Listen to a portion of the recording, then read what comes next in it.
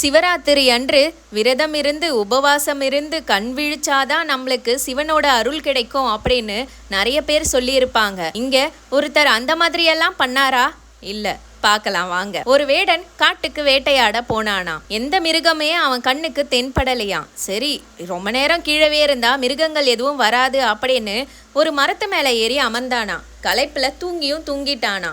நடு இரவு ஆனா தன்னை மற்ற மிருகங்கள் வேட்டையாடிடும் அப்படின்ற பயத்தினால ஒரு மரத்து மேல ஏறி உக்காந்துக்கிட்டானா. தூங்காம இருக்கணும் அப்படின்றதுக்காக ஒரு இலையா பிச்சு போட ஆரம்பிச்சானா. அந்த சமயத்துல திடீர்னு ஒரு புலி வந்துச்சான். மனித வாசனையை கண்டுபிடிச்சு அவனை தாக்கறதுக்காக கிட்ட போச்சான். அப்ப அவன் தான் உயிரை காப்பாத்திக்க என்ன செஞ்சான்? இந்த வீடியோவோட ஃபுல் வீடியோ லிங்க் டைட்டிலுக்கு மேல ரிலேட்டட் வீடியோல வரும், மறக்காம போய் பாருங்க. சிவராத்திரி அன்னைக்கு எப்படியெல்லாம் விரதம் இருந்து சாமி கும்பிடணும் அப்படின்னு யோசிச்சிருப்பீங்க.